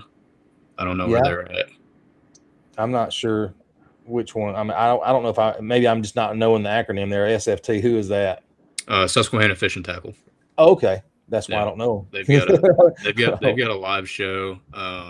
They sponsor Greg DePalma. Okay. On the Elite Series.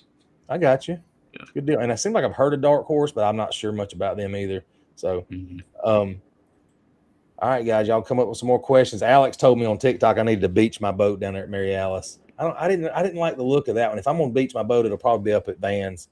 If I go to here again, that's at least a clean bank. When I was there with Underwood, it was at least a clean bank. Where Mary Alice looked like it was riddled with stuff. So you be scrubbing in the rocks. And I'm gonna be honest with you, Mary Alice a little steep to park there, man. $10 a day, that gets expensive quick.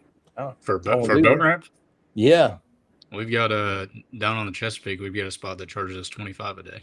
Whew, good gracious. And it's the only ramp in that area that can hold more than like 10 boats. Yeah, so they know they got the market cornered then. Oh my god. Capitalism.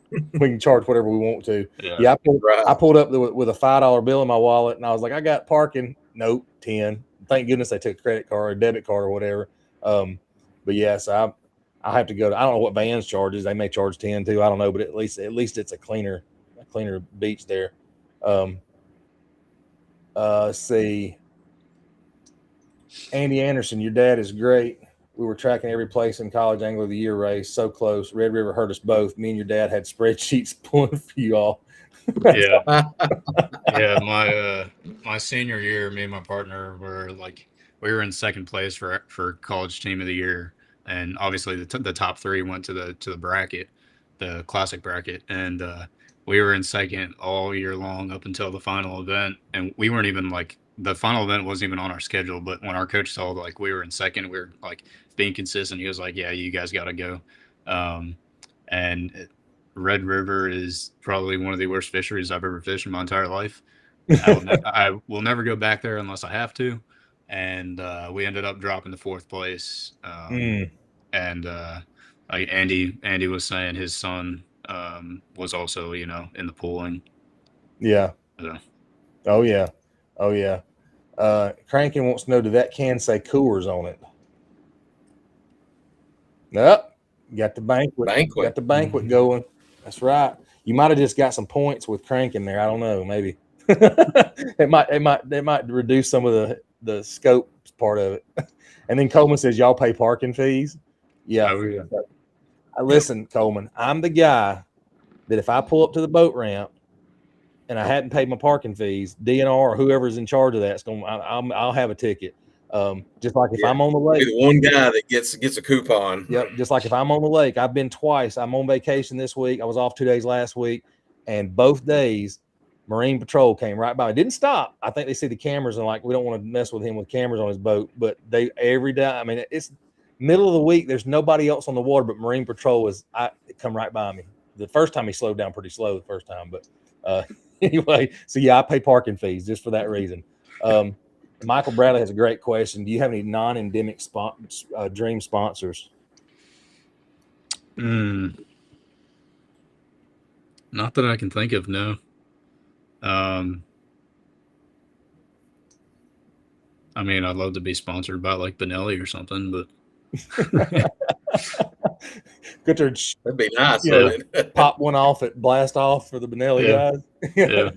Yeah, no, I don't. I try to stick to like the fishing side of things.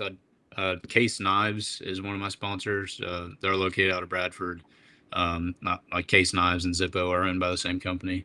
But they've been super awesome to me. They sponsored me last year, my first season, and they're sponsoring me again. So they've got some super cool knives. If any of you guys in the chat need some nice knives, they got something for everything. So oh yeah, Case has always got a good blade. There's some good product. So I mean, I know we talked about it earlier, and you made the comment about sending out emails and stuff. I mean, like, did you just approach those guys and say, hey, look, this is what I'm doing, this is my plans? How did you break it down to them to make somebody like Case go, you know what, we're going to put some money behind this kid? And I say kid respectfully. Yeah. So like I said, I approached companies that I had either used before or that were local, something where I had something in common, that I could approach them about. I just didn't want to be all willy-nilly to some of these bigger companies and get lost in their spam emails. But I had three things that I would do. I would send a generic email, and it would be maybe 2 or 3 paragraphs, just like a little bit about me and what I was doing and what I was looking for, just in case if they weren't looking to do any of that, they could just discard it, whatever. And then I also had in that email that I included my fishing resume. It had all of my, high school finishes, college finishes, each tournament where I finished, all my, conservation stuff, all that stuff. Had how I was an Eagle Scout, how I started the club in my high school. I was a 2-time All-American, all that stuff. And then I had a sponsor deck. It was basically a slideshow with, just something visually appealing. Had a couple pictures from my college fishing. Had a little about me section paragraph. It had my tier levels of sponsorship, so they could see what each tier or how much would get them whether it be on my jersey, on my wrap, how many social media posts per month, stuff like that. And then I'd have my like a little outro. I'd include my social medias, and that's how I would approach those companies. So basically you built a marketing kit showing what they were going to get for whatever they were going to do. I mean, not just going, hey, I want to use your baits, or I want your money, but you basically said, here, I'm going to do this in exchange for. I mean, you're giving them value, I guess is what I'm getting at. Yeah. So that's a huge. That's what they want to see. They want to know what they're getting in return for what they're providing you, whether it be baits, whether it be money. And it's super important to lay that out, because you don't want to be like, give me money to sponsor my season. I'm fishing. Like, okay, like what does that entail for them? Like, are they going to be shouted out on the live stream, like when you're weighing in? Are they going to get a sticker on your boat? Are they going to be on a jersey? Are you even wearing a jersey? So. Right. Exactly. Let's see here. I got to scroll back up. What do you think of the new forward-facing sonar rules? Is your plan to fish them more prior to the season? I mean, I think it's cool. It definitely it appeals to both sides. Like, I don't see why we had to do it.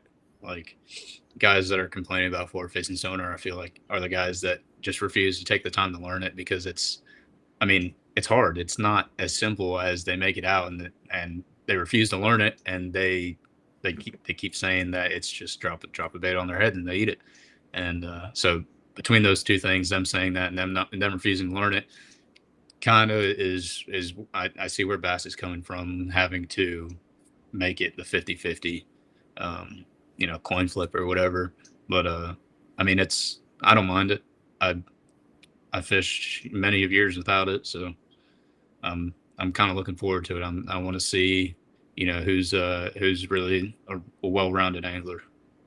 Do you think? I think it's more to appease the crowds as far as the new rules. Well, that was going to be my question. Do you think it's the crowds or do you think it's the anglers? I mean, you'd almost think the angler. Well, I don't know. You really can't say that because the anglers are the customer. We know that, but you've also got all these people that subscribe to the magazine and this, that, and the other, and makes you wonder if it's more to please crowds or if it's actually more to please the anglers. I don't know what the anglers' input has been on that. I mean, you hear different numbers, but every time somebody says, "Oh, they did a poll," it's it's always skewed one way or the other for whatever reason. It seems like it's never been 100%. Here's what we're getting back. So yeah, I don't know. I think it is a little bit of the anglers, but I think it is more based on the crowd. I feel like Bassmaster has seen all these comments below their posts are saying like, "I'm done watching." I don't really think that's necessarily true. I think they're still getting the numbers that they want, and I still think that these people are watching because, I mean, that like I'm not going to stop watching if they change the rule and I don't like it, or there's a new technology and I don't like it. Like I still love bass fishing. I still like watching people catch fish. So, here's my take on it, and it's worth what it is. I mean, it's just an opinion. Like we all know what those are, but watching somebody live scope is no different than watching somebody flip. Mm-hmm. You're still staring at their back, watching them do the same thing over and over and over again until they get bit. So watching it's watching it. I mean, watching somebody else fish is not fun. I don't care what anybody says. Mm-hmm. It can be fun, but it's not always fun. And I've said it before on here. Us older guys, we remember when we watched it on Saturday or Sunday or whenever it was on TNT, and it was a 30-minute highlight clip. So it was always fun to watch because it was always just fish catches. It wasn't the 3 hours straight highlights. Yeah. It wasn't 3 hours of going down the bank watching a guy flip into a reed, or lily pads or wherever he's flipping. It was always just, Denny Brower setting the hook on one and yanking him out kind of thing. It wasn't anyway. That's neither here nor there. We'll get off that part of it. But, Silver Punk says for $25 they valet launch for me. I'm with him on that. Yeah, I need somebody to put my boat in the water. They should. No, they I mean, when they actually no, they don't even. They make you walk, a quarter of a mile. Back down. That's crazy. Yeah. We've got some electric only places over here where I'm at, and it's obviously you got to have a permit to fish the lake, and then they make you park like a half a mile away. And then it's known that your stuff gets broke into where you park at. So guys will break the rule and park down at the ramp when they get back. The DNR's waiting to write them a ticket. It's like you're getting robbed either way. Yeah, that's most of the small lakes around me. Like I said, hour and a half this way for a big lake, hour and a half for the Chesapeake. But the small lakes around me are all trolling motor only. Yeah. Speaking of Chesapeake, I know it's a touchy one because it wasn't. It was a bad one. So I hate to bring it up, but I've got a good reason. What did you learn from that one? Because it's not. We always say it's not the good ones you learn the most from; it's the bad ones. And what did you take away from the Chesapeake finish? I was stubborn, and I mean, just because I've been there multiple times, I consider it my home body of water. I knew I could catch them a certain way, and I didn't practice for a complete switch in weather, which you should always do. Like I could have gone on the weather app and seen that the wind was going to be blowing the tide back in. I was just, I knew, I mean, I was catching them good in practice. I knew I could probably at least top 5. And that's like what I stuck with. And like I said, I just got stubborn. I didn't expand on anything. I had like a 200-yard stretch where I was watching 22 pounds a day come up and eat a buzzbait. So like, it was fun too, and that was the worst thing. Yeah. Like I was having fun getting bit doing that, and I was like, I'm just like, this is gonna be a breeze. And then the wind pushed the water back up, and never got a low tide, and those fish scattered, and it's impossible to find them then. Yeah, I mean it's hard. Like you said, it's hard to sit there and know you're gonna catch 22 pounds and go, well, I got to find a plan B. Yeah, I mean that's kind of hard to. I I mean, I went for a plan B, and but all I did was try to replicate what I was doing on low tide. And Gotcha. I knew, I did look at the tides, and I knew that we were only going to have the tide that I wanted for like 2 hours a day. And I was like, okay, well, I'm getting 22 pounds of bites in 10 minutes. What's like 2 hours? I should be fine. I can mess around during, because it was like at the end of the day too, like before we had to weigh in.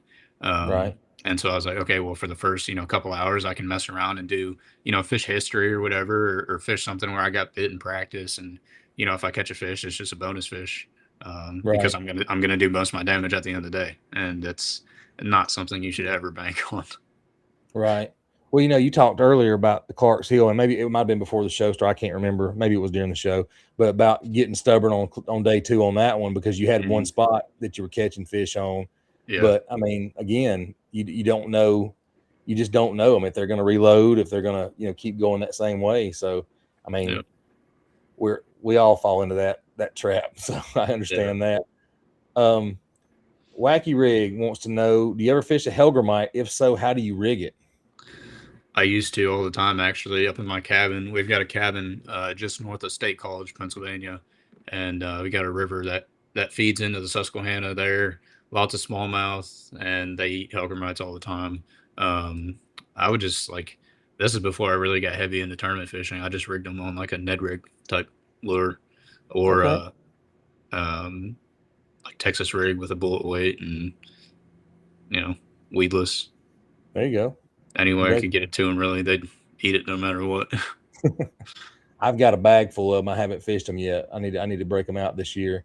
Kendra says she's got a letter. She has an unpaid ticket from a ramp over 11 years ago. Have zero idea where. LOL. Huh. That's not those scams. Got a warrant out next. Do what? She'll have a warrant out next. Yeah, I was gonna say it's not one of those. It's not one of those scam. It's not one of those scam ones, is it? Where it's like you got unpaid parking tickets.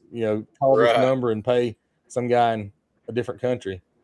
Send us a Walmart green dot card. Yeah, and then Crankin says an Eagle Scout that live scope. Say it ain't so. Yeah. That's too funny.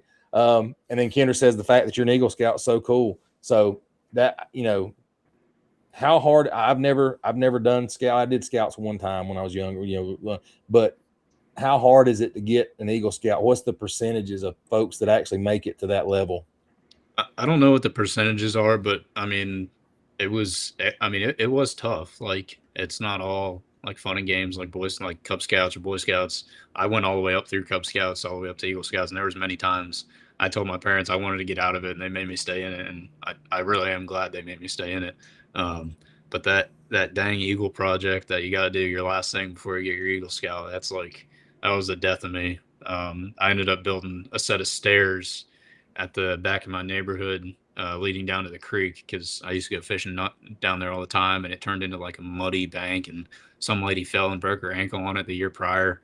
And so that's what I did for mine. And like the amount of planning and the stuff you have to draw out and present to like a committee of people, it's like, when is this going to be over? And I ended up doing it when I was sick. Like, I was sick for like a week straight, and I was out there digging holes and putting beams in the ground. And yeah, man, it was fun though.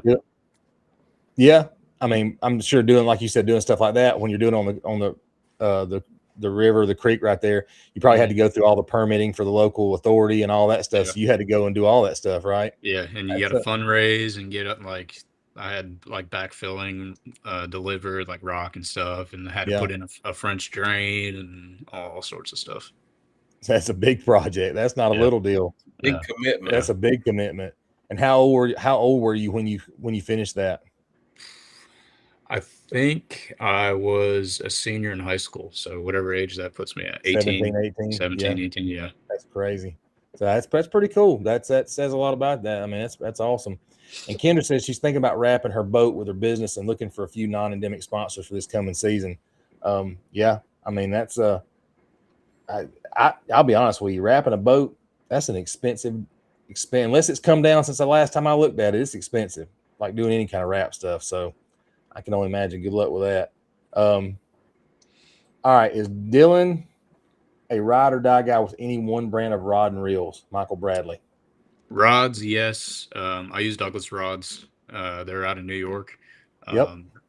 Last year was my first year with them, and I love them.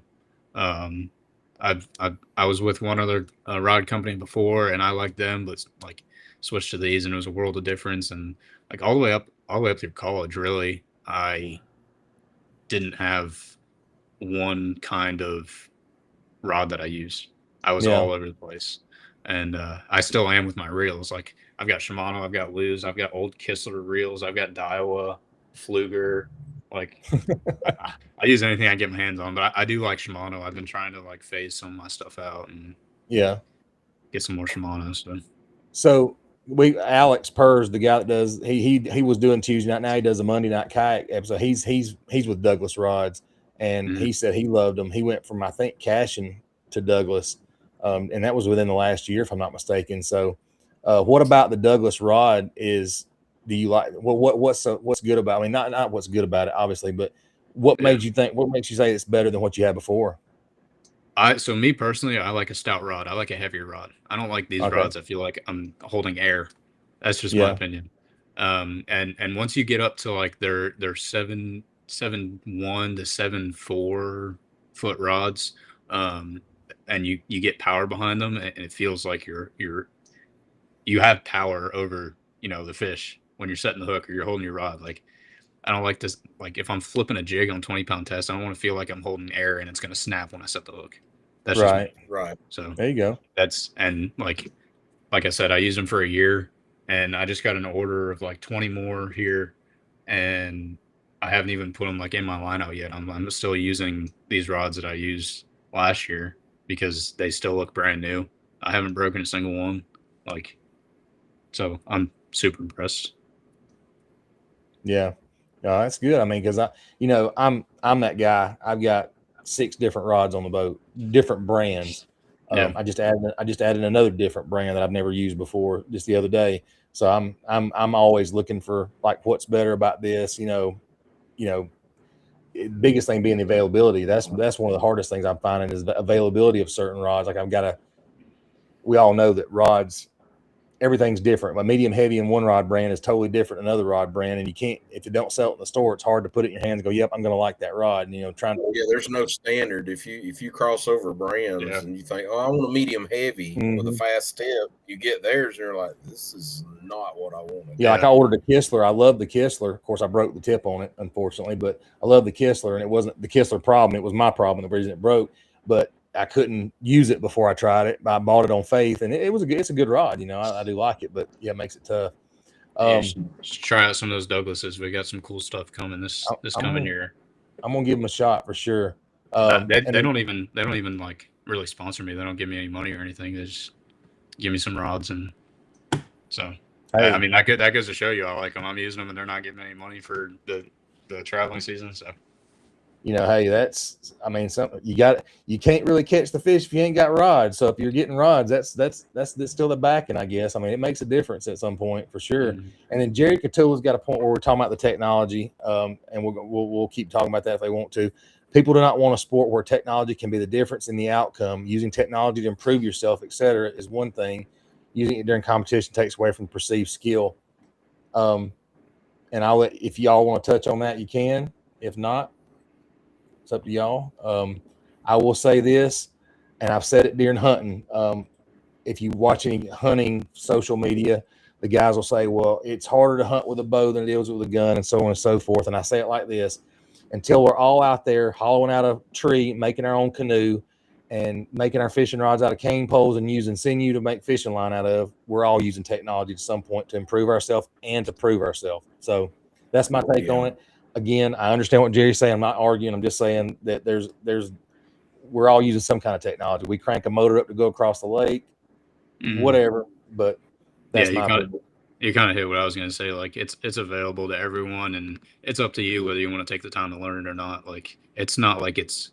I mean, yes, groundbreaking is a touchy word to use, but I mean, it definitely it advanced it way more than like what we thought it would, and it was like when like 2D came out. or side scan came out. I mean, like, it's just something you got to learn and get with the times. Yeah. Now, that's another tool for the toolbox. And I will say this: it can create brain rot, and because I've been guilty of it. I've been out there on the lake. I've seen other guys put on their boat. We go out fishing. I'm like, dude.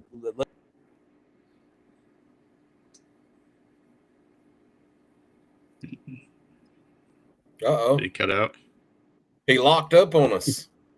Oh, he's back. He's back. Yeah, I just got the warning that my connection went out. Sorry, guys.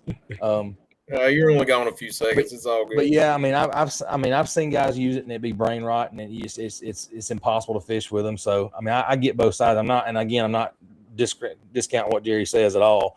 I just there's two sides to that argument, I guess. What I'm getting at.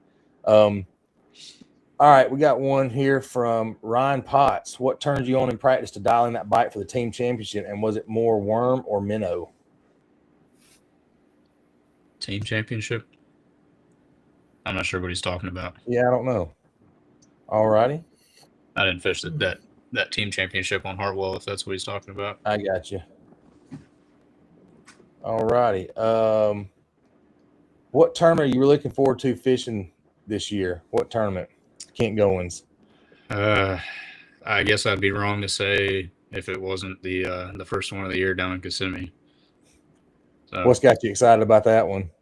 Just the first one of the year, like get those jitters out, and like, I mean, I haven't been fishing in like 3 weeks, so I'm already itching, and I've got another month and a half to go. Right. So, Kissimmee, just because it's the first one of the year. I hate Kissimmee with a passion. He's looking forward to it, but he hates it with a passion. That's what I'm talking about. What makes it good? It's like I don't like it, but I'm going. Yeah, I pull up the schedule because a lot of these places, like, I've never been. Like Kissimmee, I've been to once. Sam Rayburn, I've never been. That should be a slugfest. I'm looking forward to that one. Lake Eufaula, I've never been there. Grand Lake, never been there. Norman, I've been to once in January. Kentucky Lake, obviously, that's probably one I'm really looking forward to. Upper Mississippi, I've been there once. And then Lake Erie, I've never fished it out of where we're launching. We're launching out of Buffalo, New York. But I've fished it out of Sandusky and Presque Isle in Pennsylvania. So, Gotcha.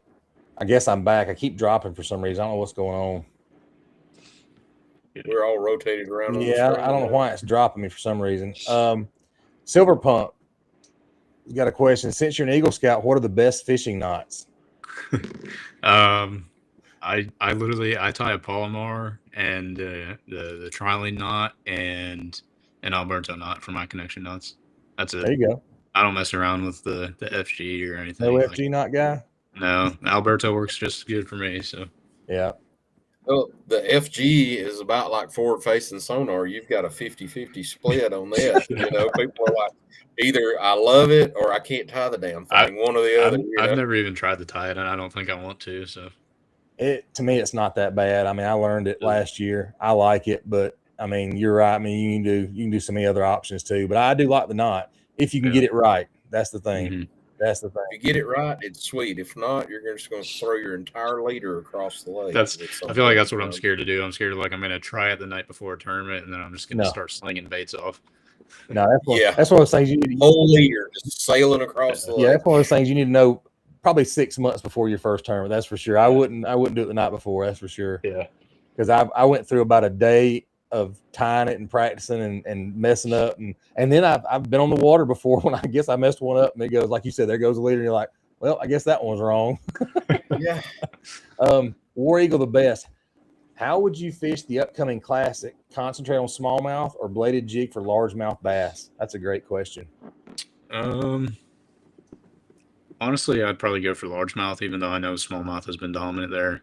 I love getting up shallow and like cranking or throwing a bladed jig real slow for some winter largemouth. So that's probably what I would be doing. Yeah, there you go.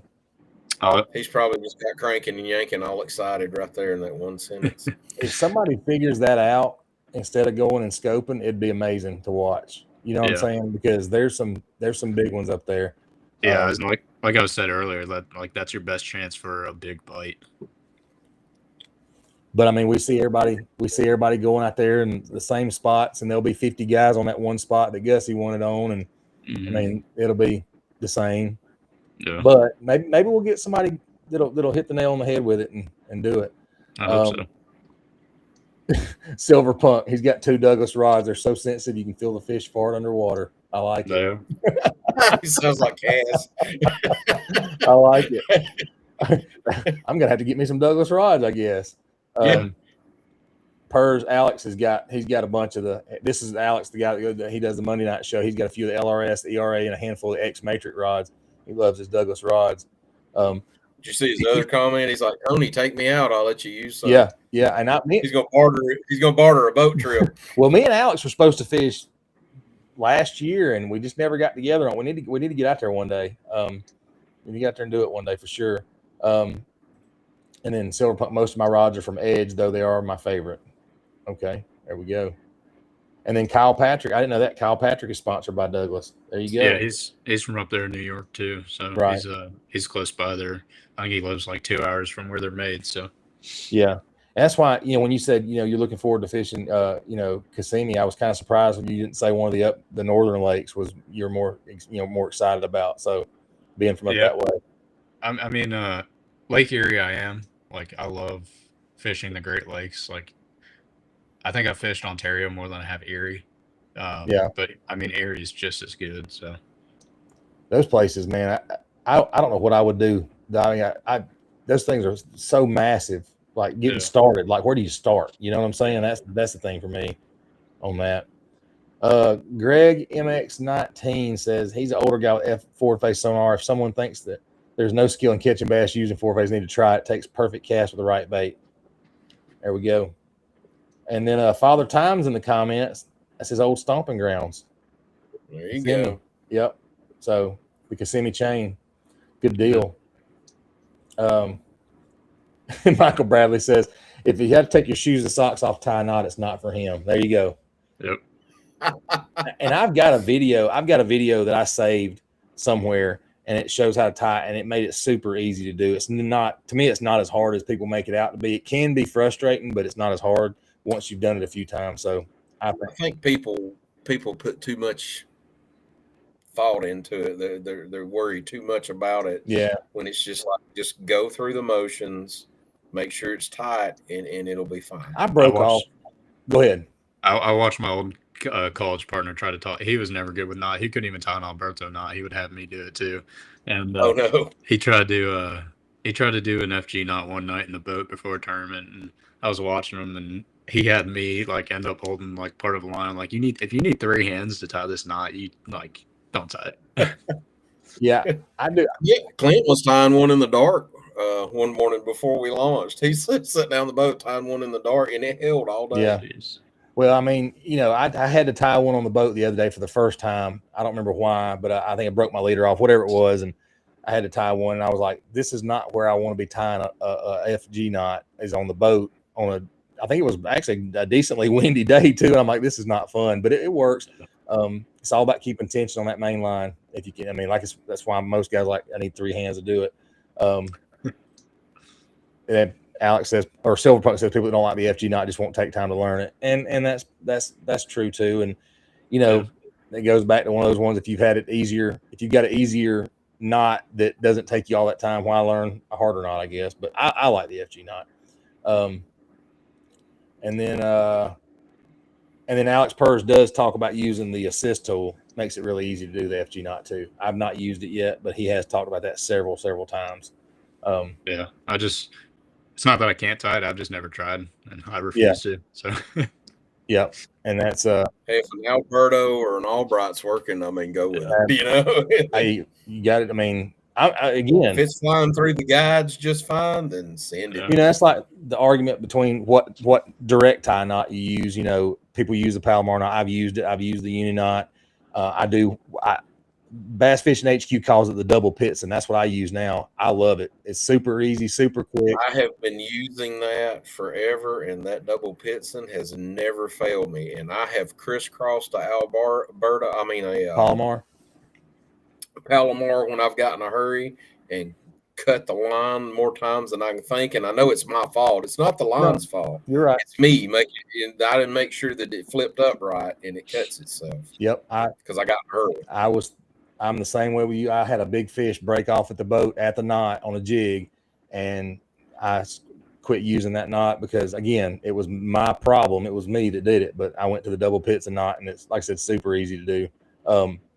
But yeah, kind of at the end of the questions on that, there was one question my last question that I had written down that we hadn't already answered, and it goes back to your opens, your first season, the opens. And I asked this to the young man we had on the other night. What was the one thing about the opens that you were not prepared for? And I don't mean like prepared as in, you had all your gear or whatever, but what was that one thing that you got now that you've done a full season going, man, I did not realize this? I think, and it doesn't really have anything to do with the fishing part of it, but the preparation beforehand, whether it be with your sponsors or like I've been in my garage for 3 weeks organizing tackle. I didn't know I had this much tackle. But like all that stuff, the computer side of things, social media side of things, I wish I knew, how much more important that was. Right. I mean, that makes a huge deal. I know the young man the other night was talking about kind of like you working in the off season. I think he worked with his father. And he said that, these guys y'all are fishing against, that's their career, and they're fishing daily, every day, preparing constantly. And that's all they do is fish. And he made the comment that he realized that he was going to have to double down if he thought he was going to even remotely, be able to compete. And, yeah, that's one thing that I did think about before the first open. I was like these guys are like known, like they're big, like they can fish. And then like going into my first one and, being in 7th place after day one and finishing top 20, like I was like, okay, I can hang. So, yeah. Yeah. I mean, we've got a local guy. I won't name him because I don't even know if he's fishing the opens again. I know he fished it a couple of years, I think. But he's a hammer. He's on the big trails around here and stuff like that. And, his first season did not go like he thought it was going to go. I think it's just an eye-opening experience when you're fishing against the greats from every state and on different lakes and other states kind of thing too. So, but yeah, Michael Bradley wants to know, do you have any game day superstitions? Any pre-tournament superstitions? Got any voodoo? Wear the same socks every day? Nothing like that. I don't think I do. There might be one or two things I do like subconsciously that I'm not thinking about. Yeah. But nothing huge, really. I don't think. Only make right turns going to the lake, that kind of thing. Yeah, nothing crazy. I don't think so. I'm not. I don't think I have any superstitions when it comes to that. I mean, that I don't really ever consider it. I guess it's funny to hear some of the guys' stuff, but yeah. But guys, that's Tim. You got any more questions? We're creeping up on that time anyway, so. Yeah, we're getting close to that time. Yeah. It's been a great show. You gave us a lot of knowledge, really. Thanks for having me. Yeah, I'm going to ask. You're welcome back anytime. I don't know if I want to end it on this question, but Cranking and Yanking has a question. I'm going to put it up here, and I saw that. I want to do due diligence here, so I'm going to ask it. If forward-facing sonar had never been invented, would you be as far in your career as you are now? Yes, I would.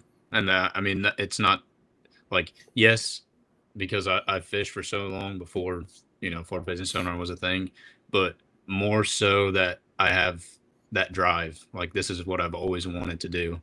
And I've told myself, I'm going to make it work one way or another.